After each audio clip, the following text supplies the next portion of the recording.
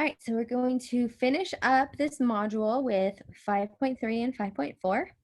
And yeah, let's see what the topics are. So I'm going to share my screen. And it looks like we're going to start with 5.3a, or should I say 5 3/10 a?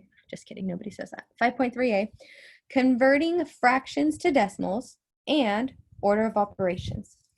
Okay, so in the last video, we were converting decimals to fractions, and now we're doing it the other way around, converting fractions to decimals. And this is a lot trickier because they don't have tens on the bottom.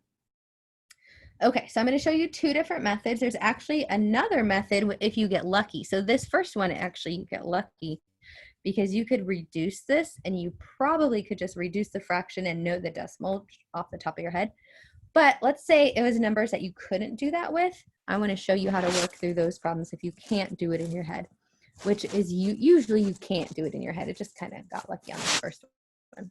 Okay, so in and out, 2 goes in, 8 goes out. And since 2 is smaller than 8, I need to bring a 0 in. Don't just put a 0 and call it 20. That's not allowed. But I can put a decimal point, and then the 0, because 2 or 2 and 0/10 is the same thing. So we are going to divide 8 into 20 2 times. 2 times 8 is 16. Oh, before I forget, I put my decimal up there. Get a 4. Well, I can't have remainders, so I'm going to put another 0. Bring it down. 8 goes into 40 5 times. So the answer is 25 hundredths. And if you reduce 2 eighths to 1/4, 1/4, 0.25, you probably got there pretty fast. But this is how you do it if you don't know how, or not that you don't know how, but it's just sometimes problems are hard. 3/7, that one's just a pain. You have to do the long division, and the long division takes a long time because of the 7. So I'm not saying one's easier. Forget it. I don't know what I'm saying. Okay, part B. The other trick, so there's the long division that we just did. The other trick is to do it like we did before when we had 100 or 10 or something on the bottom, and you say to yourself, but we don't have 100 or 10 on the bottom. And so what we do is we force 100 or 10 or 1,000 or one of those numbers on the bottom. So I can make a 20 into 100 simply by multiplying the top and the bottom by 5. And if I do that, I get 60 over 100, or 60 hundredths. And that could also be written as 6/10. In fact, we could have reduced it up here if you, like I'm blaming you. If I had seen it, that's what I meant. If I had seen it, we could have reduced it up here and got 6/10. But yeah, just make the bottom into 100 or make the bottom into a 10. It's harder with an 8. How would I make an 8 into 100? Well, 8 doesn't go into 100, so it gets a little trickier. So it's nicer when you have a 20 or you have a 25 or something that goes into 100 nicely. So those are the two ways that you can do these problems to convert into a decimal. And the reason you might want to convert something into a decimal is comparing fractions. So on number 2, I have 2 eighths and I have 2 tenths. Well, there's 2 ways we can do this. We can compare fractions. Well, we've already done that before. So if you want to compare fractions, 2 eighths and 2 tenths, go ahead and make a butterfly and put in your less than or greater than. But we already know how to do that, so let's learn something new. The other way is to compare them as decimals, which is what we did in the last video. 2 eighths, we just did right above, was 25 hundredths. 2 tenths, I'm going to write as 20 hundredths. And so I can see that 25 hundredths is greater than 20 hundredths. The 2's match up, but the 5 is bigger than the 0, so the left side is bigger. All right, on the next problem, I have already one decimal, the -8/10. On the other side, some of you might recognize that decimal. Others of you have no idea what I'm talking about, and that's fine. We can just go ahead and do it like we did in part 1. So I put the 4 on the inside, the 6 on the outside, and 6 goes into 4 0 times, but 6 goes into 46 times. 36. Bring down the 0. Another 40, another 6. And what's going to happen is you're going to keep getting 40s, subtracting, get another 6 that goes into it. And so this 6 is, we call it repeating. And so technically this decimal would be written as, what we would call it is 0.6 repeating. But that doesn't really help us in the problem that we're in right now. What we're in right now is we want to compare it to this 8/10. And so I have, and I can just say like, and so on and so forth, because I really don't need those other decimal places to do this problem. I have this 8/10 or 0.80, and then I have this 4/6 or 0.66. And so I'm comparing that -0.8 to the -0.6, and I get less than, because these are negative. So the -8/10 is going to be farther to the left, which makes it smaller. Okay, order of operations, there is nothing new. I'm just going to write that, not new, because you know everything in this. You know, oh, I can't even spell new today. You know how to subtract decimals. You know order of operations. You know all that stuff. So we're just putting it together. So the first thing I'm going to do is the subtraction. And I'll even write it out just for extra practice. I do not need to borrow. I just need to bring that decimal straight down. So I did the inside parentheses first. And then I'm going to multiply by 3. And that will be 1 decimal place. So 12 and 3/10 is the final answer. Nothing new. We've subtracted before, we've multiplied by before, we've done order of operations before. So this is just extra practice using decimals. And again, I said this before in another section, order of operations, man, your calculator can really lead you down the wrong path if you don't type it in exactly correctly in exactly the right order. And depending on what calculator you're even using, like if you're using a phone one or just like a cheapy little dollar store one, I'm not dissing any of that. I'm just saying they can't really handle the order of operations like some of the fancier calculators can. So we really need to be careful step by step that we are doing this problem correctly. So what I'm going to do is I'm going to use my calculator, but I'm going to do each step in the order of operations.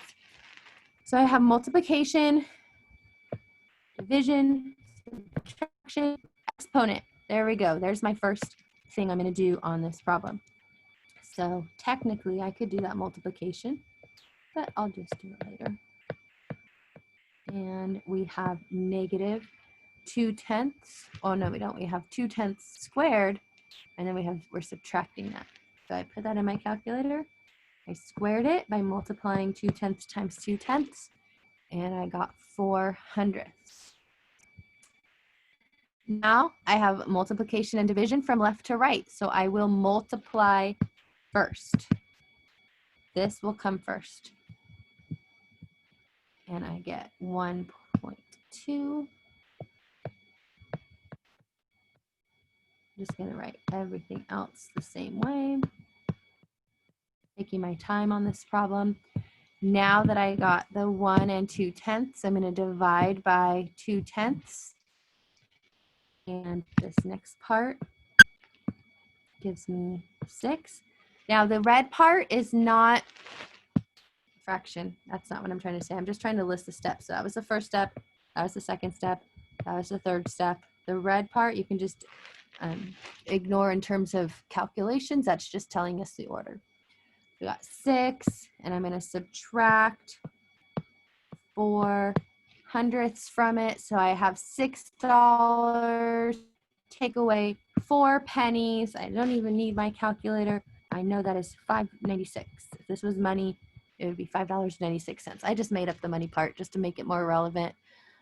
So you do not, obviously don't need to put a dollar sign. There's no dollar sign in this problem.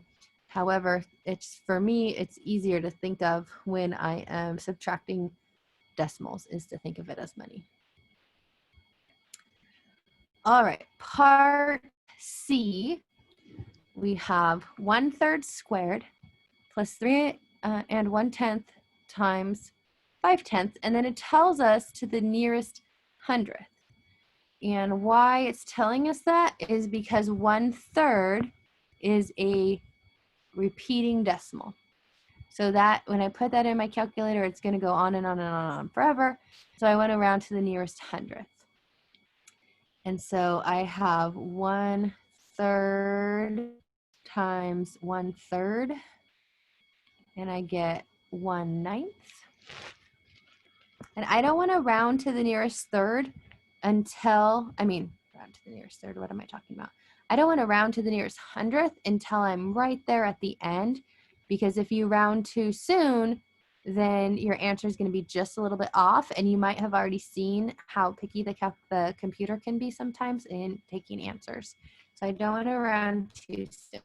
So I'm just going to leave it as 1/9, and then I have 3 1/10 times 1/2 or 5/10, and I get 1.55. So I did the exponents, I did the multiplication, and now finally I can see that the second part, the 1.55, that's already to the hundredths, 1 55 hundredths. So what I'm going to do is I'm going to see what 1/9 is in my calculator. I'm going to convert it, or you could just do the division, and then I can kind of get an idea of what I need to do in order to have the correct answer when I'm rounding to the nearest hundredth. So this number as a decimal is actually just a bunch of ones repeating. So those ones, that's perfect. I think I even wrote too many ones. I don't need all those, but I'll just keep that extra one just in case. Because when I add it to the 1 50 hundredths, it's always good to just kind of go one space beyond what the problem asks for. So then I can say, okay, it has that 1. That 1 is telling me to stay the same. So I don't need to round up. I'm just going to stay at 1 66 hundredths. And that's it for 5.3a. So go ahead and take a break.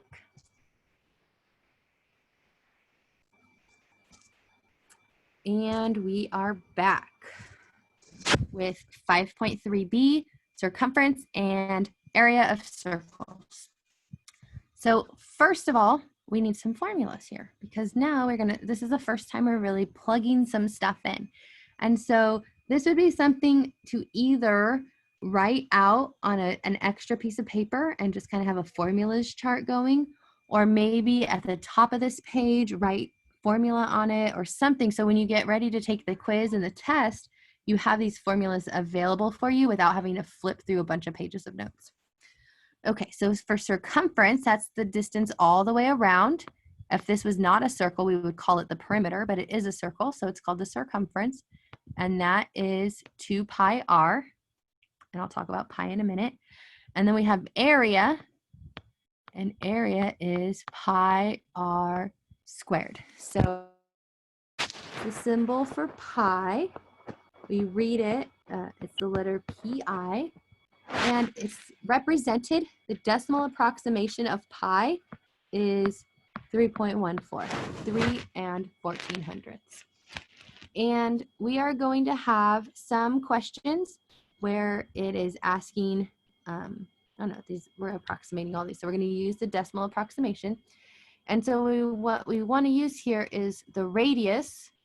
Let me draw a circle with some definitions on it. So here's the center of my circle. halfway across is the radius, and that's the R you see in the formulas above. All the way across is the diameter. So the diameter is twice as long as the radius, because the radius is halfway across, the diameter is all the way across. So just looking at this problem right here, the number all the way across is what they give me. So they gave me the diameter is 7. I don't even need to calculate that. It's already given to me. But to get the radius from the diameter, I need to know what half of 7 is. And so you can either think of this as, well, 7 times the half, or you could think of it as 7 divided by 2. Either way, 7 divided by 2, we're going to get 3. Bring down that 0, and we get 0.5. 3.5 is half of 7. So the radius is 3.5. The diameter is 7. The only reason it's asking for the diameter in this problem is because it gave you the diameter 7, and it's just once I wanted to practice the difference between radius and diameter, because the diameter is not needed in these problems and the radius is. Okay, so working through, I'm going to do the work over here, but we have circumference, that's part C, and the circumference using the formula is 2 times pi times the radius. Drew it on my picture right there a little bit. And this is all multiplication, so we can just do this all at once. So just go in, of course you can do this by hand. We've practiced multiplying decimals by hand, but we are not in practice mode anymore, so go ahead and grab your calculator. 2 times 3.14 times 3.5, you can just type that all the way across into any calculator, and we get that the circumference is 21.98. So that is the answer to part C. I actually wrote the C there for circumference, but it's also part C. And since we're talking about centimeters, this is going to be in centimeters. It's similar to the perimeter I mentioned earlier, and so that would just be in the same units as the radius or the diameter. Finally, for area, we want pi 3.14 times the radius squared. And so we know about order of operations. It's usually easiest just to do the order of operations first. So I'm going to square my 3.5. Another way to do this to get around that is just to multiply times 3.5 twice. But either way, you should get 12.25. Multiply that times pi. I'm getting 38.465. There is not a explanation about rounding. There's no instructions to round, so I leave it there. Okay, so circumference is always in the same units as the problem, the radius and the diameter. Oh, I should write those units here. The first all have the same units. The bottom one has centimeters squared because it is area. So we always square the units for area. Moving on to number 2, we have the radius is given. Oops, it's in centimeters. The diameter is twice as far, so it becomes 6 centimeters to go all the way across. And do those formulas again. Circumference equals 2 times pi times r. So we can put all those numbers in. And you'll notice 2 times 3 is actually 6, which is the diameter. That's not a coincidence, but I just like this formula better because this way all the formulas use r. So I'm multiplying 2 times 3.14 times 3, and I get 18 and 84 hundredths, meters. Finally, for area, it is pi times r squared. Now this r is a little easier to square in your head. 3 times 3 is 9. So if your calculator doesn't do exponents, you can just do 3.14 times 9. And we see that the area is 28 and 26 centimeters squared. Okay, one more thing in this section, and it is talking about pi as a fractional approximation.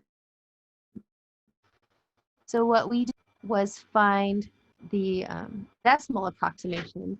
Well, the fractional approximation is 22 sevenths. And so again, pretty much this whole page, you maybe want to like highlight it or flag it or something, because there's a lot of key information that you're going to need for the test in terms of formulas and in terms of pi. And so here we don't have a picture. We're not asking for the radius or diameter. We're just cutting to the chase, circumference and area. And it tells us the radius. And since it's asking for, it's giving you a question in fractions, it's asking you to use pi as a fraction. This is the question where the answer is also going to be a fraction. So whatever type of number the question is in, that's the type of number the answer should be in. So for circumference, we have 2 pi r, so 2 times pi times r. And so we have this triple multiplication happening here. And that's fine because we know how to multiply fractions. I'm going to put the 2 over 1 so we can clearly see where the numerators are, where the denominators are. And just like in chapter 4, we can reduce any numerator with any denominator. So 7 and 7, perfect. 2 and 10. And it looks like I'm pretty much run out of things to reduce. So I'm going to get my final answer of 22 over 5 centimeters. Okay, we'll try that again with the area. Now, for the area, we have pi, so 22 over 7, times r squared. I could write it as an exponent, but it's harder to reduce as an exponent. So I'm just going to write out what squared means. Therefore, I'm going to write 7/10 times 7/10. And this way I can do the problem exactly like I did before. Reduce the 7s. This time I'm going to reduce the 22 and the 10. And I don't have anything else I can reduce. However, I have numbers that are much smaller. So I have 11 times 7 on top and 5 times 10 on the bottom. And my final answer has to have the units of centimeters squared. Since pi, a fractional approximation, is an improper fraction, it makes sense to leave these answers as improper fractions. So that's it. We're just practicing fractions. All right, so go ahead and pause, get that decimal or get that circle stuff out of the way, and we'll come back to the last section. And we're back. Section 5.4, solving equations involving decimals. No new rules. This is just plugging decimals in where we've previously plugged other numbers in. So we know how to do all of this, determine whether 3.4 is a solution of an equation. So I'm going to plug in 3.4 for x. And I'm going to ask, oh, that's supposed to be a question mark. I'm going to ask, are those two things equal? So let's look at the right. 3.4 plus 6.1. I'm going to add those together. And yes, that does equal 9.5. Perfect. Next up, plug in 1.50 for y. Now, I mentioned this before, I don't need extra zeros. So if you prefer, just write 1.5. That's all I do. So then I do 3.2. I'll just do a practice multiplication problem since we haven't done too many of those. 3.2 times 1.5. I expect that answer to be somewhere around 4, 5, something like that, because it's kind of like 3 times 1. 3, 4, 5, something like that. So I know where to put the decimal. 5 times 2 is 0. 5 times 3 is 15. Placeholder 1 times 2, 1 times 3. And I said the answer should be around 4 or 5, so that's where the decimal goes. You can make it official by counting 1, 2, 1, 2, but I like to use the guesstimate version. And it turns out those are not equal, so the answer is no. Okay, next up, did I multiply something wrong? I think I did something wrong here. Hold up.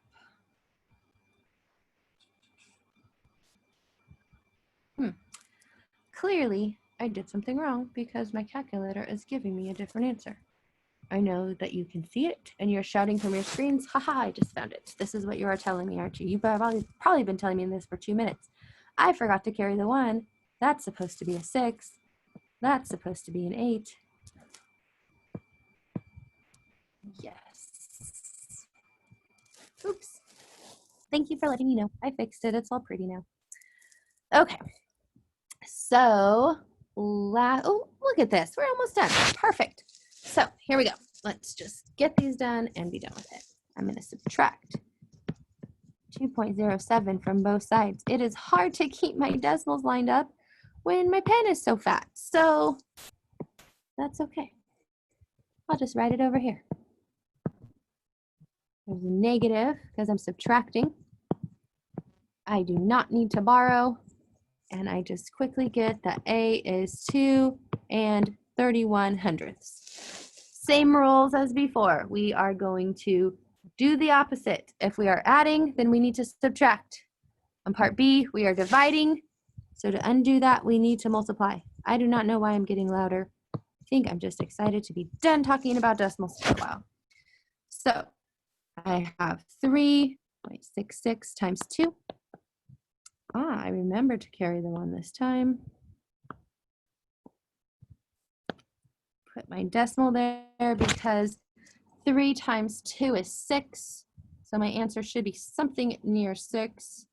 And it is 7 and 32 hundredths. We are done just in time. I'm clearly to the mistake portion of the night, so it must be time to stop recording and to let you do your homework. And oh, look, I moved to my bed. I do this without even realizing it.